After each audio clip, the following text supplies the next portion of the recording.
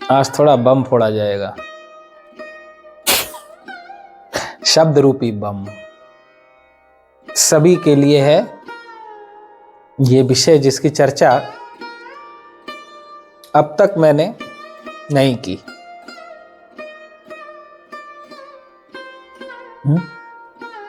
लेकिन आज इस विषय की चर्चा की जाएगी। प्रायः इस विषय की चर्चा करने से लोग कतराते हैं, लेकिन जो भी साधना का जीवन जीने वाले हैं उन्हें यह चर्चा भी सुननी चाहिए। साधना के जीवन के लिए यह विषय जानने योग्य है। देखो, भगवत गीता में भगवान कृष्ण ने एक बात कही कि काम अज्ञानियों का मित्र है। जो संसारी हैं, भोगी हैं, विषयी हैं, अज्ञानी हैं, काम वासना उनका मित्र है, फ्रेंड, बेस्ट फ्रेंड, क्योंकि उन्हें वह सुख देता है। लेकिन जो भक्त हैं, जो ज्ञानी हैं, यह काम या वासना उनका शत्रु है। योग शास्त्र के अनुसार बिना काम वासना को जीते आंतरिक यात्रा संभव नहीं है।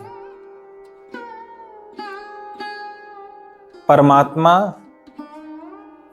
यानी आत्म स्वरूप का दर्शन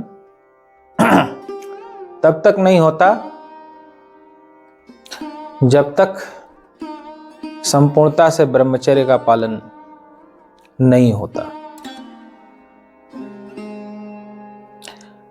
तो आज ब्रह्मचर्य के विषय पर चर्चा की जा रही है। इसकी चर्चा सभी शास्त्रों में की गई है। ब्रह्मचारी व्रते स्थितः भगवत गीता में भी यह चर्चा की गई है और सभी शास्त्र, पुराण, वेद में ब्रह्मचर्य व्रत की बात आई है। और समाज में भी जब अध्यात्म की बात आती है तो इसमें ब्रह्मचर्य व्रत को सबसे विशेष स्थान दिया जाता है। यह आप सभी जानते हैं। ब्रह्मचर्य प्रज्ञा प्रदान करता है। जिस प्रज्ञा के द्वारा आप सत्य और असत्य को जान सकें, असत्य को जानकर उसका त्याग कर सकें और सत्य को जानकर उसमें स्थित हो सकें, यह प्रज्ञा, यह बोध ब्रह्मचर्य व्रत का पालन करने से प्राप्त होता है। नहीं तो कई बार हम शरीर और आत्मा की बातें सुन तो लेते हैं, समाधि की बातें भी पढ़ लेते हैं, जान लेते हैं, लेकिन हमें यह अनुभव नहीं हो पाता कि समाधि क्या होती है, अंतर यात्रा क्या होती है। जो हम पढ़ते हैं कि बहुत सारे लोक हैं, स्वर्ग लोक है, चंद्र लोक है, सूर्य लोक है, वरुण लोक है, यक्ष लोक है, नाग लोक है, राक्षस लोक है, ब्रह्म लोक है। इन सभी लोकांतर की जो बातें कहने, पढ़ने और सुनने में आती हैं, क्या वो सत्य हैं?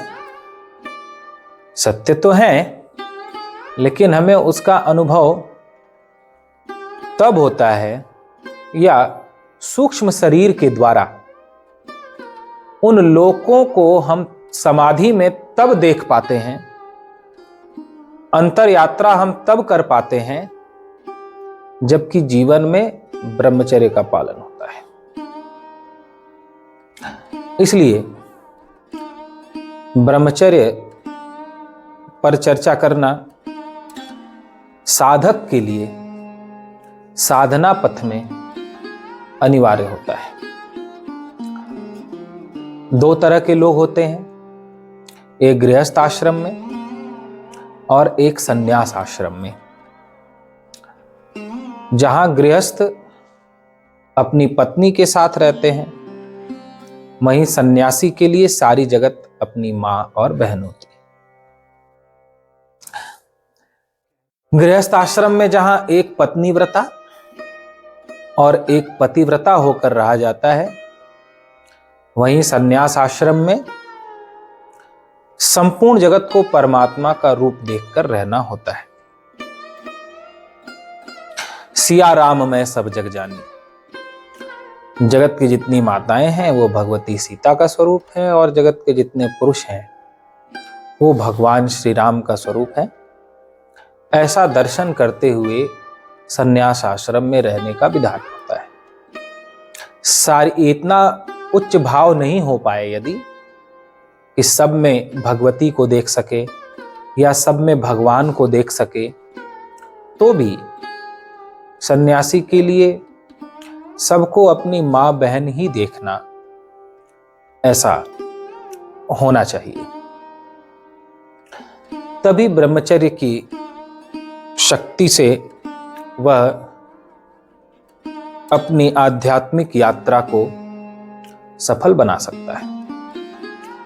ऐसे ही गृहस्थ आश्रम में भी यह जान लेने जैसा है कि यदि गृहस्थ आश्रम में किसी ने विवाह किया है, तो इसका यह बिल्कुल अर्थ नहीं है कि वह स्वच्छंद है।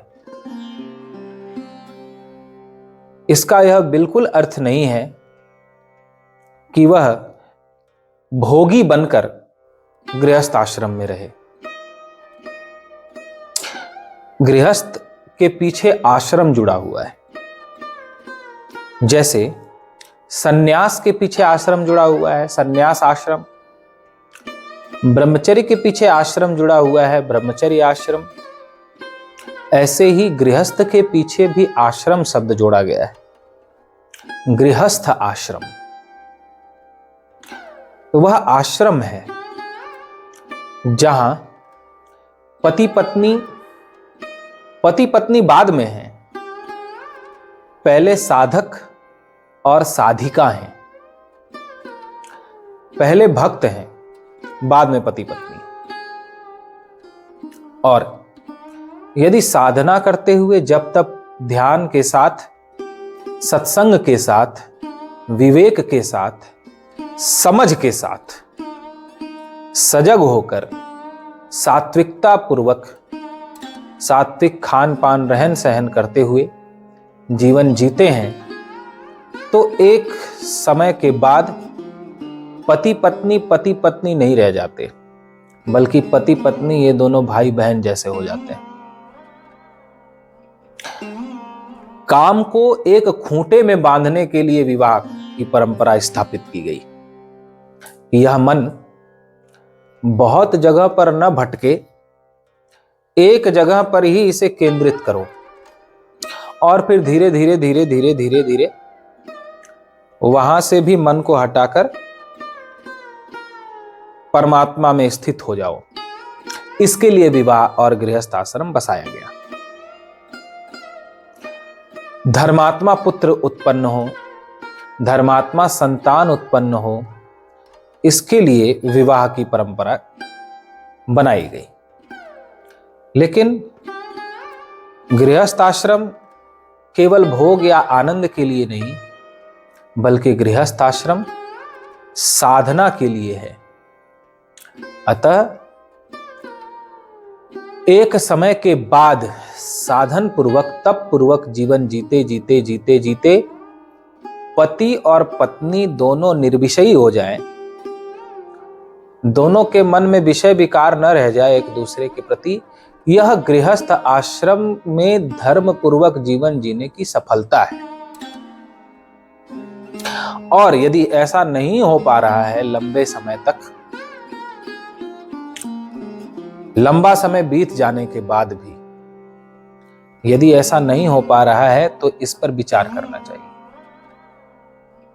और विचार करके हमें वह समझ, वह विवेक जीवन में धारण करना चाहिए, जिससे कि आप इस दिशा में सफलता प्राप्त कर सको। ब्रह्मचर्य व्रत को सभी व्रतों में श्रेष्ठ बताया गया है। गृहस्थ आश्रम में भी उसका पालन करने को कहा गया है और संन्यास आश्रम में भी पालन करने को कहा गया है। लेकिन गृहस्थ के लिए थोड़ा अलग नियम है और सन्यासी के लिए थोड़ा अलग नियम है। जिसने समझ लिया और समझ कर त्याग दिया वो सन्यासी है, और जिसने भोग कर समझा और भोग कर समझ कर त्यागा वो गृहस्थ है। त्यागना दोनों को ही है। यह जीवन पशु पक्षियों जैसा भोग करने के लिए नहीं मिला है। यह जीवन योग के लिए मिला है, परमात्मा के लिए मिला है, साधना के लिए मिला है। तो ब्रह्मचर्य हम सभी का एक प्रमुख व्रत होना चाहिए। लेकिन ब्रह्मचर्य का जब नाम आता है तो वहां दो तरह की स्थिति पैदा होती है। पहली स्थिति ये पैदा होती है कि लोग ये कहने लग जाते हैं कि हमसे क्यों त्याग करने को कहा जा रहा है, हमसे ऐसी बात क्यों की जा रही है, हम तो संसारी हैं, हम तो गृहस्थ हैं। जो योगी हैं, संत हैं, यह सब उनके लिए होना चाहिए। हम संसारियों के लिए, गृहस्थों के लिए ये सब बात क्यों की जाती है? एक ये बात आती है और ये बहाना लेकर सब लोग उसमें अपने को बचा लेते हैं। और दूसरे वे होते हैं जो ये सोचकर कि यह तो पाप है, बिना इसके तो भगवान नहीं मिल सकते, योग सिद्ध नहीं हो सकता, अतः हमें इसको बिल्कुल छोड़ देना चाहिए। वो जबरदस्ती ब्रह्मचर्य का पालन करने लग जाते हैं, हट करने लग जाते हैं, बलपूर्वक पालन करने लग जाते हैं।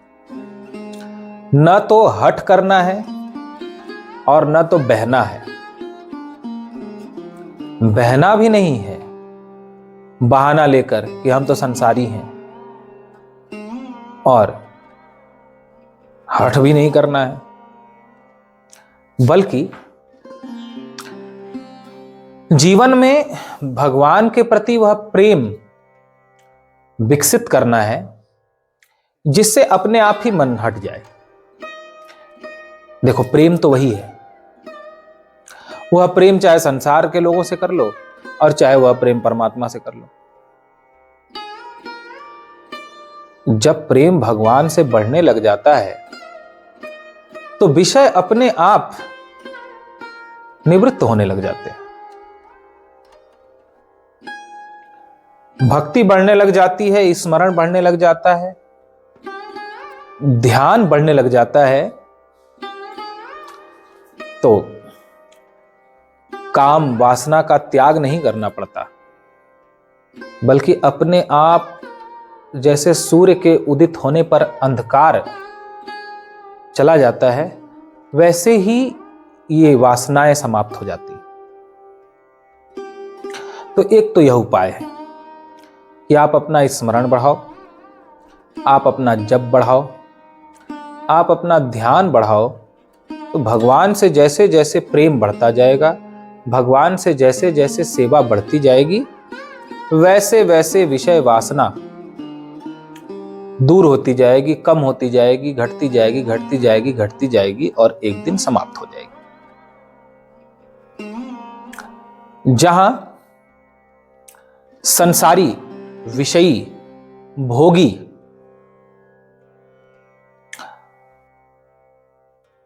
सब विषयों के अधीन हो जाता है, वहीं भक्त भक्ति की शक्ति से, सेवा सुमिरण की शक्ति से उन वासनाओं, विकारों को जीत लेता है। उसे जीतना नहीं पड़ता, प्रेम जैसे जैसे बढ़ता जाता है वैसे वैसे अपने आप वासना घटती जाती है। यह सूत्र है। जैसे जैसे भक्ति बढ़ेगी, भगवान से प्रेम बढ़ेगा, वैसे वैसे काम वासना कम होती जाएगी, कम होती जाएगी, कम होती जाएगी और एक दिन समाप्त हो जाएगी।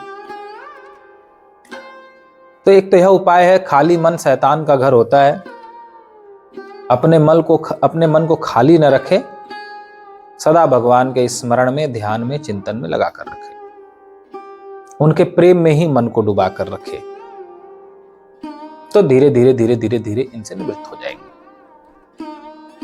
और दूसरा, यह विचार करना चाहिए, अरे हे मन, इतने जन्म हो गए, इतने जन्मों में